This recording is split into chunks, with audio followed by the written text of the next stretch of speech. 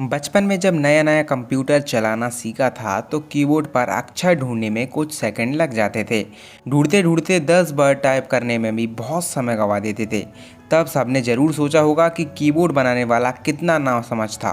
अगर उसने ये अल्फ़ाबेट इधर उधर लिखने के बजाय लाइन से ABCD में लिखे होते तो टाइपिंग करना कितना आसान हो जाता। लेकिन बड़े होकर जब बिना कीबोर्ड की तरफ देखे धड़ाधड़ टाइपिंग करना शुरू की तब समझ में आया कि कीबोर्ड के अक्षरों का उलटफेर कोई भूल नहीं बल्कि कई सालों की सोच समझ का नतीजा है, जिसकी वजह से आज हमारे लिए टाइपिंग मिनटों का खेल हो गई है। दरअसल कीबोर्ड का इतिहास टाइपराइटर से जुड़ा है, यानी कंप्यूटर या कीबोर्ड आने से पहले क्वालिटी फॉर्मेट चला आ रहा है।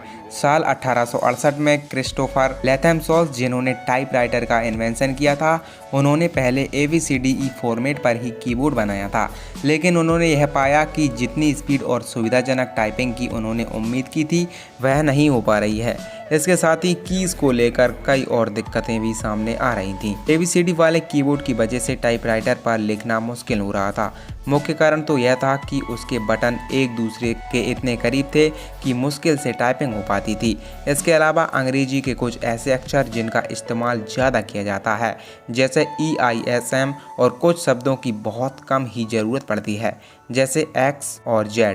ऐसे में ज़्यादा इस्तेमाल में आने वाले अक्षरों के लिए उंगली को पूरे कीबोर्ड पर घुमाना पड़ता था और टाइपिंग स्लो हो जाती थी। इसलिए कई नाकाम एक्सपेरिमेंट्स के बाद 1870 के दशक में आया क्वालिटी फॉर्मेट, जिसने ज़रूरी अक्षरों को उंगलियों की रीच में रख दिया। इन एक्सपेरिमेंट के बीच एक और फॉर्मेट आया था, डेवोरक मॉडल। यह मॉडल अपनी कीज से फेमस नहीं हुआ था बल्कि इसके इन्वेंटर अगस्त डेवोरक के नाम पर पड़ा था।